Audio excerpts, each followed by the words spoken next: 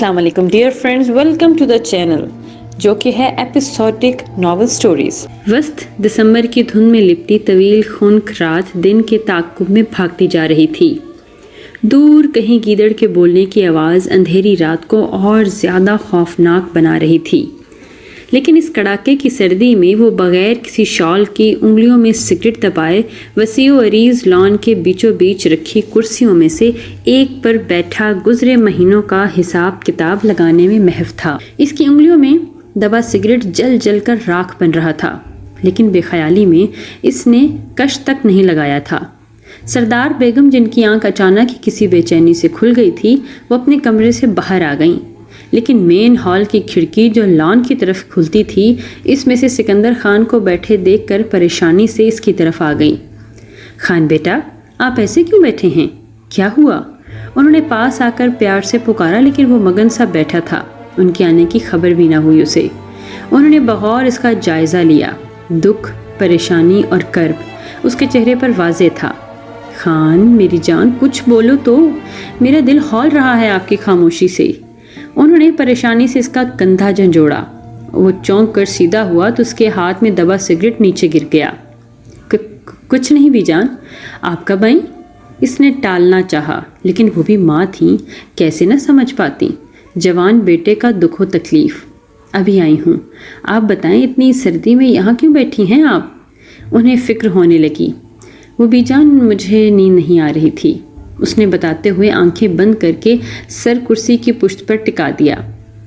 باہر اتنی سردی ہے، چلیں اٹھیں، شاباش اندر چلیں، کہیں طبیعت نہ خراب ہو جائے آپ کی۔ انہوں نے اسے ہاتھ سے پکڑ کر کھڑا کرنے کی کوشش کی۔ آپ چلیں بی جان، میں کچھ دیر میں آ جاؤں گا۔ وہ ان سے ہاتھ چھڑوا کر سیدھا ہوا۔ پچھلے دنوں میں جو بھی ہوا یا ہو رہا تھا، اس کے بارے میں سوچ سوچ کر اس کا سر پھٹ رہا تھا، لیکن اب اس کو سب کچھ ٹھیک نہیں وہ کر سکتا تھا، کیونکہ وہ جو گزر گیا وہ کبھی واپس تو آ نہیں سکتا۔ میں نے کہا اٹھیں یہاں سے، بہت آپ کیوں ضدی ہو گئے ہیں، اور کیوں ایسے اس طریقے سے آپ کا رویہ ہے؟ اس بار انہوں نے بھی تھوڑا سختی سے کہا تو ناچار اسے بھی اٹھنا پڑا۔ پھر وہ دونوں ہی خاموشی سے آگے پیچھے چلتے ہال میں آ گئے۔ بیٹھے یہاں؟ بی جان نے اسے بیٹھنے کا کہہ کر ہیٹر آن کیا اور پھر اس کے پاس آ کر بیٹھ گئیں۔ اب بتائیں کیا پریشانی ہے جو آپ کو کھائے جا رہی ہے؟ زید کی موت کے بعد وہ بہت دکھی اور پریشان تھا، لیکن پھر بھی اس نے خود کو سنبھالا اور اپنا دکھ دل میں ہی چھپا کر سب کا دکھ بانٹتا رہا۔ جب قیصر خان کی اصلیت اسے پتہ لگی تھی، تب بھی اس نے خود پر قابو پا کر سب کچھ سنبھالا، اس کو اچھی طرح سبق سکھایا، لیکن کسی کو بھنک تک نہیں پڑنے دی۔ ٹوٹ کر بھی باہر سے اتنا مضبوط بنا رہا، لیکن وہ اندر سے ابھی تک کمزور تھا۔ اسے بھی ایک مضبوط کندھے کی ضرورت تھی۔ وہ بھی کسی کے سینے سے لگ کر اپنا غم کم کرنا چاہتا تھا، لیکن ایسا نہیں ہوا۔ وہ بھی جانتی تھی کہ عزت کے لیے پریشان تھا، کیونکہ وہ اسے دکھ دینے کی وجہ بنا تھا، بلکہ وہ نہیں، حویلی کے سب افراد نے ہی اسے تکلیف دینے میں کوئی کسر نہیں چھوڑی تھی، مگر وہ کچھ زیادہ ہی اس بات کو دل پر لگا چکا تھا۔ وہ اسی بات کو لے کر خود کو تکلیف دے رہا تھا۔ کچھ دیر اسے دیکھنے کے بعد وہ بولی، اپنی بی جان سے شیئر کریں جو بھی بات ہے۔ وہ اٹھ کر اس کے پاس آ کر بیٹھ گئیں۔ بی جان، میں بہت بہت زیادہ برا ہوں، نہ میں اچھا بیٹا بن سکا، نہ میں اچھا بھائی بنا، اور نہ ہی شوہر۔ زید کی موت نے مجھے بہت بدل دیا۔ آپ جانتی ہیں نا، میں ایسا نہیں تھا۔ مجھے لڑائیاں، جھگڑے، دشمنیاں بالکل بھی پسند نہیں تھیں، لیکن زید کے جانے کے بعد میں انتقام کے لیے اندھا ہو گیا۔ کسی کا ہوش نہیں رہا مجھے۔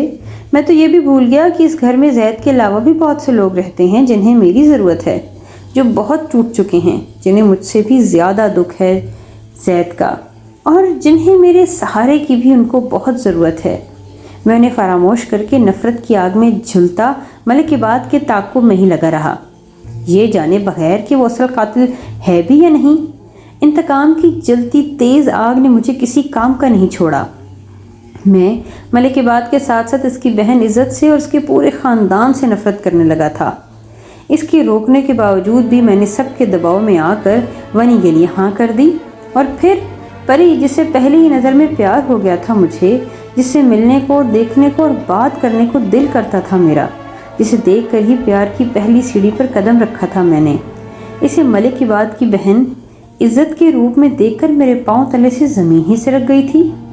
پری کو عزت کے روپ میں بھیج کر اللہ نے مجھے ایک اور پیغام دیا تھا، انتقام کی اس جلتی آگ سے نکلنے کا، لیکن پھر بھی میرے دل و دماغ نے کسی کی نہیں سنی۔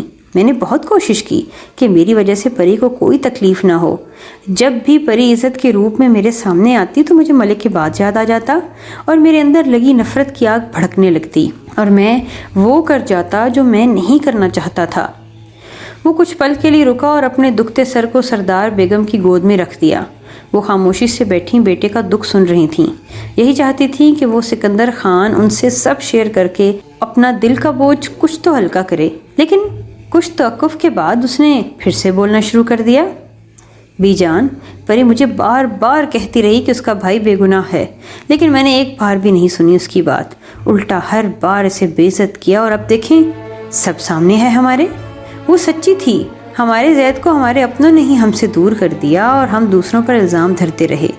اب حقیقت سب کے سامنے ہے، جسے دیکھ کر میں بہت شرمندہ ہوں۔ میں پری سے بات کرنا چاہتا ہوں، اپنے کیے کی معافی مانگنا چاہتا ہوں، لیکن اب وہ مجھ سے بہت زیادہ ناراض ہو گئی ہے بی جان۔ اب وہ مجھے چھوڑ کر چلی جائے گی۔ میں نہیں چاہتا کہ وہ مجھے چھوڑ کر جائے، آپ اسے سمجھائیں، وہ آپ کی بات بہت مانتی ہے۔ وہ بولتے ہوئے یکدم سے اٹھ بیٹھا اور ان کے ہاتھوں کو پکڑ کر التجائیہ نظروں سے انہیں دیکھنے لگا۔ بی جان خود بھی جوان بیٹے کی تڑپ اور بے چینی دیکھ کر دکھی ہو گئی تھیں، لیکن وہ یہ بھی بڑے اچھے سے جانتی تھیں کہ جو کچھ انہوں نے عزت کے ساتھ کیا وہ سب سہنے کے بعد اس کا ایسا ہی تو رویہ بنتا تھا۔ بی جان، روکیں گی نا آپ عزت کو؟ انہیں خاموش دیکھ کر اس نے بےتابی سے پوچھا۔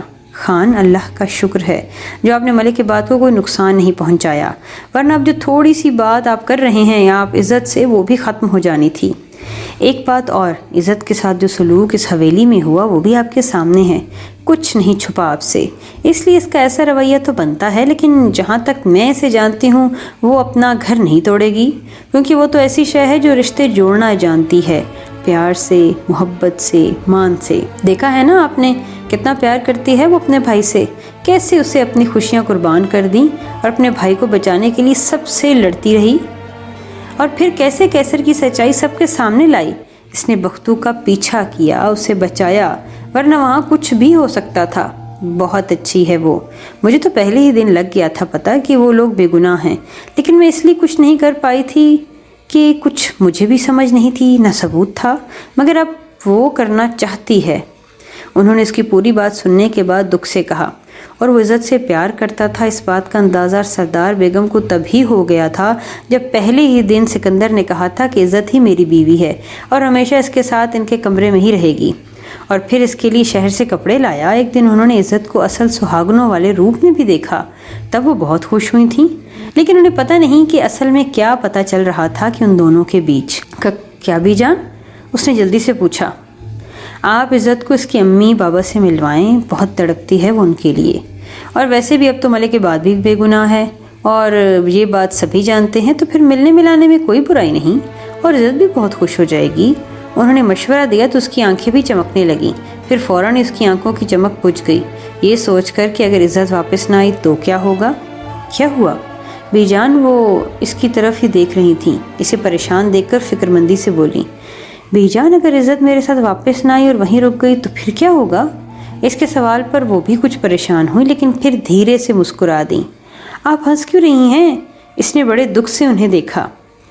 آج آپ بالکل چھوٹے بچے لگ رہے ہیں جو اپنی قیمتی چیز کھو جانے کے ڈر سے اسے سب سے چھپائے رکھنا چاہتا ہے۔ انہیں بہت پیار آ رہا تھا اس وقت بیٹے کی معصومیت پر، لیکن وہ سر جھکا گیا۔ ایسا کچھ نہیں ہوگا، اللہ پر بھروسہ رکھیں، جو ہونا تھا وہ ہو گیا، اب سب کچھ ٹھیک ہوگا، نہ میں آپ کو کچھ غلط کرنے دوں گی اور نہ ہی عزت کو کبھی کچھ ایسے جانے دوں گی اس گھر سے، یہ تو وعدہ ہے میرا آپ سے۔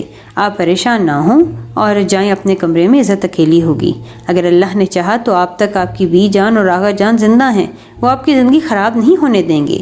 انہوں نے پیار سے اسے گلے لگا لیا، اور وہ بھی اپنی ماں کا اپنے حال دل کا دکھا کر اور سنا کر اب کچھ بہتر محسوس کر رہا تھا، کیونکہ اب انہوں نے بہت ہمت بھی باندھی تھی اس کی۔ تھینک یو بی جان، you are best mom in the world.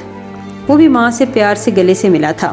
انہوں نے اس کا ماتھا چوم کر اس کے بکھرے بال سیٹ کیے اور اس کے چہرے پر اطمینان دیکھ کر انہیں بھی سکون آیا۔ انہوں نے عزت سے بھی بات کرنے کا فیصلہ کیا۔ بی جان کافی رات ہو گئی ہے، اب آپ جائیں کمرے میں۔ لیکن پہلے آپ جائیں۔ اٹھیں شاباش۔ وہ بھی اٹھ کھڑی ہوئیں اور ان کی کئی باتیں سوچتا وہ بھی اپنے کمرے میں آ گیا، جہاں عزت کمبل اور بیڈ میں اوڑھے اپنے آپ کو بالکل ہی سمٹ کر لیٹی ہوئی تھی۔ جس طرف وہ سوتا تھا اس طرف بہت کم جگہ تھی۔ وہ اس سے نظریں ہٹاتا واش روم میں چلا گیا، پھر چینج کر کے باہر آیا اور اس تھوڑی سی جگہ پر ہی لیٹ گیا۔ لیکن ابھی کچھ ہی دیر گزری جب عزت نے اس کی طرف کروٹ بدلی، لیکن اس کا زخمی بازو اس کے اپنے ہی نیچے دب گیا، جس کی وجہ سے اس کے چہرے پر درد کے تاثرات بالکل ابھرے ہوئے تھے۔ اس نے تھوڑا آگے ہو کر بڑے پیار سے اس کا بازو نیچے سے نکالا اور وہ ہلکا سا کسمسائی اور پھر تھوڑا سا اس کے آگے ساتھ ہو کر سو گئی۔ اس نے بھی آہستہ سے اس کا سر اٹھا کر اپنے ایک بازو پر رکھا اور دوسرے سے اس کے گرد حصار بنا کر ایسے اس کے کان کے قریب ہو کر آہستہ سے بڑبڑایا، جس طرح میں نے یہ بیڈ پر جگہ بنا لی ہے بالکل ایسے ہی آپ کے دل میں بھی جگہ بنا لوں گا۔ بے شک آپ مجھ سے ناراض ہیں، لڑیں، شکوہ شکایت کریں، لیکن اب میں آپ کو خود سے نہیں جانے دوں گا اور نہ ہی آپ مجھ سے دور جانے کی بات کیجیے گا۔ اپنی بات ختم کر کے اس نے عزت کے چہرے کو دیکھا۔ وہ بہت ہی پرسکون سو رہی تھی، کوئی بے چینی نہیں تھی اس کے چہرے پر۔ شاید جن کے دل پر کسی کا دکھ دینے کا بوجھ نہیں ہوتا وہ ویسے ہی پرسکون اور گہری نیند میں سوتے ہیں۔ سوچتی ہوئی اس نے آہستہ سے اپنے لب اس کے ماتھے پر رکھ دیے۔ پھر کل کیا کرنا تھا اس بارے میں اس نے یہ بھی سوچ کر آنکھیں موند کر سونے کی کوشش کی۔ پھر جانے کب اس کی آنکھ لگی وہ نہیں جانتا۔ ملک ولا میں نئی صبح کا آغاز ہو چکا تھا۔ باہر اتنی سخت سردی میں بھی چرند پرند کے چہکنے اور ادھر ادھر پھدکنے کی آوازیں کچن تک آ رہی تھیں۔ شمی کچن میں کھڑی پراٹھے بنا کر ساتھ ساتھ اپنی تیز زبان سے مسلسل بولتی جا رہی تھی، جبکہ گل اسے ٹوک کر کام پر توجہ دینے کی تلقین کرتی کچن سے نکل کر ملک باد کو جگانے اپنے کمرے میں چلی گئی۔ کچھ ہی دیر میں شمی نے ناشتہ لگا دیا۔ گل جب ملک باد کو بلا کر کمرے سے باہر آئی تو اس نے دیکھا کہ ڈائننگ ٹیبل پر گھر کے سبھی مکین جمع تھے، اور ایسے پچھلے 5 ماہ میں پہلی بار ہوا تھا، کیونکہ پہلے گھر میں بہت زیادہ پریشانیاں اور تکلیفیں تھیں اور نہ کوئی کھانا کھاتا تھا، اور اگر کسی نے کھانا بھی ہوتا تھا تو کمرے میں منگوا لیتا تھا۔ لیکن اب جیسے ملک باد کی بے گناہی ثابت ہوئی، گھر کی ساری رونقیں بحال ہو گئی تھیں اور سبھی عزت سے ملنے کی امید بھی اب لگائے بیٹھے تھے۔ کچھ ہی دیر بعد ملک باد بھی آ گیا اور سبھی ناشتہ کرنے میں مصروف ہو گئے، لیکن عارض بڑی بے دلی سے ناشتہ کرنے لگا تھا۔ یہ بات گل نے نوٹ کی اور وہ پریشان تھا، لیکن پھر سب کے سامنے کچھ نہیں بولی، کیونکہ سب نے ہی پریشان ہو کر ناشتہ چھوڑ دینا تھا، اس لیے وہ خاموشی سے سر جھکا گئی۔ عذرا بیگم نے ڈائننگ ٹیبل کی خاموش و پرسکون فضا پر ایک نظر ڈالی اور پھر بات کرنا چاہی۔ بھائی صاحب، میرا بڑا دل کر رہا ہے عزت سے ملنے کو، بہت صبر کیا ہے میں نے، لیکن اب نہیں ہو رہا مجھ سے، آپ کچھ کریں۔ ان کی بے چینی اور بے قراری بھری آواز سن کر سب نے انہیں چونکا دیا، اور وہ بھی ملنا چاہتے تھے عزت سے، لیکن پھر بھی خاموش تھے، کیونکہ ان کا یہ کیس کورٹ میں چلا گیا تھا۔ وہاں ملک باد کی پیشی کب ہونی تھی یہ ان کے وکیل نے ہی بتانا تھا۔ صبر کرنا پڑے گا عذرا، امید ہے 1-2 دن میں ہمارے وکیل کی کوئی نہ کوئی کال آ جائے گی، کیونکہ اب یہ کیس پنچایت میں نہیں کورٹ میں چلا گیا ہے۔ ہم نے تمام ثبوت ہمارے وکیل تک پہنچا دیے ہیں۔ پریشان نہ ہو، انشاءاللہ سب ٹھیک ہو جائے گا۔ ملک سبحان نے ایک نظر سب پر ڈال کر بہن کو تسلی دی۔ باقی سب خاموشی سے سن رہے تھے۔ عارض نے شمی کی بات سننے کے بعد عزت کو میسیجز کیے، لیکن اس کا کوئی جواب نہیں آیا۔ وہ عزت کی طبیعت کا سوچ کر اور زیادہ پریشان ہو گیا۔ پھر اس نے آبینے سے بھی کہا بات کروانے کا، لیکن اس نے بھی نہیں کروائی۔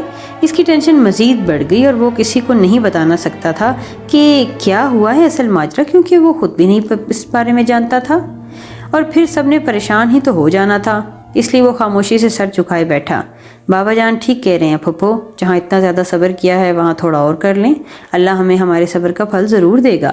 عارض نے بھی زبردستی مسکرانا ہوا چہرہ سب کے سامنے سجایا۔ شمی جوس لے کر آؤ۔ ان کی باتیں سنتی گل نے شمی کو آواز دی، تبھی اس کی ماں باہر سے گھامتی کامتی بھاگتی ہوئی اندر آئی۔ سب نے چونک کر اسے دیکھا۔ کیا ہوا خیرہ مائی، سب ٹھیک تو ہے؟ شگفتہ بیگم نے حیرانی سے پوچھا، اور سب ناشتہ چھوڑ چھاڑ کر اسے تکنے لگے۔ ہاں مائی کیا ہوا، خیر تو ہے؟ عذرا بیگم کے دل میں بھی ہال اٹھنے لگے اور ایسے جیسے ہامتے دیکھ کر۔ بول بھی صحیح اماں، کی ہو گیا ای؟ کچن سے نکلتی شمی نے ماں کو دیکھتے ہوئے بولا۔ السلام علیکم۔ گھمبیر اور خوبصورت سے لبے لہجوں میں کیے گئے سلام کی آواز پر سب نے چونک کر اس کی آواز کی سمت دیکھا۔ سامنے وہ اپنے مخصوص انداز میں چلتا ہوا ڈائننگ ٹیبل سے چند قدم کے فاصلے پر آ رکا۔ ملک باد، عارض، ملک سبحان اور شاہ نواز تو اسے وہاں دیکھ کر ساکت ہی رہ گئے۔ اتنے خوبصورت اور وجیح انسان کو پہلی بار سامنے دیکھ کر ان تینوں خواتین نے بھی ایک دوسرے کی آنکھوں میں آنکھوں سے اشارہ کیا اور پھر سے اس کی طرف دیکھنے لگیں۔ وہ ڈارک براؤن کھدر کے کرتا شلوار میں ملبوس بلیک کھڑی پہنے اور پھر کندھوں پر گرم شال اوڑھے نک سک سے تیار، چہرے پر سنجیدگی لیے بھرپور مردانہ وجاہت کے ساتھ ان کے روبرو کھڑا تھا۔ چھوٹے خان سائیں، جوس کا جگ ہاتھ میں پکڑے شمی نے پیچھے مڑ کر دیکھا تو اچانک ہی اس کے منہ سے پھسلا، سردار سکندر خان؟ ملک کے بعد بھی ہولے سے بڑبڑایا، تبھی باقی سب کو بھی ہوش آیا اور سب ناشتہ چھوڑ کر ایک جھٹکے سے کھڑے ہوئے۔ شادی چاہے جن حالات میں بھی ہوئی، لیکن پھر بھی اب وہ اس گھر کا اکلوتا داماد تھا، اس کی عزت کرنا ان سب کا فرض تھا۔ گل تو اس کی پرسنالٹی دیکھ کر ہی مرعوب ہو گئی تھی۔ وہ تینوں بھی اپنی جگہ سے اٹھیں اور اس کی طرف آئیں۔ آپ یہاں؟ ملک شاہ نواز کے منہ سے پھسلا اور عذرا بیگم نے آگے بڑھ کر اس کے سر پر ہاتھ پھیرا۔ انہوں نے بھی آج پہلی بار دیکھا تو اسے، کیونکہ اس نے نکاح کے فوراً بعد ہی پنجائٹ سے اٹھ کر چلا گیا تھا۔ اگر شادی خوشگوار حالات میں ہوئی ہوتی تو وہ رشک کرتی اپنے داماد پر، لیکن ہوا وہ جو اللہ کو منظور تھا۔ آئیے سکندر بھیا، بیٹھ کر بات کرتے ہیں۔ عارض کو اب احساس ہو گیا تھا کہ کچھ تو گڑبڑ ہے جو یہ پریشان ہے۔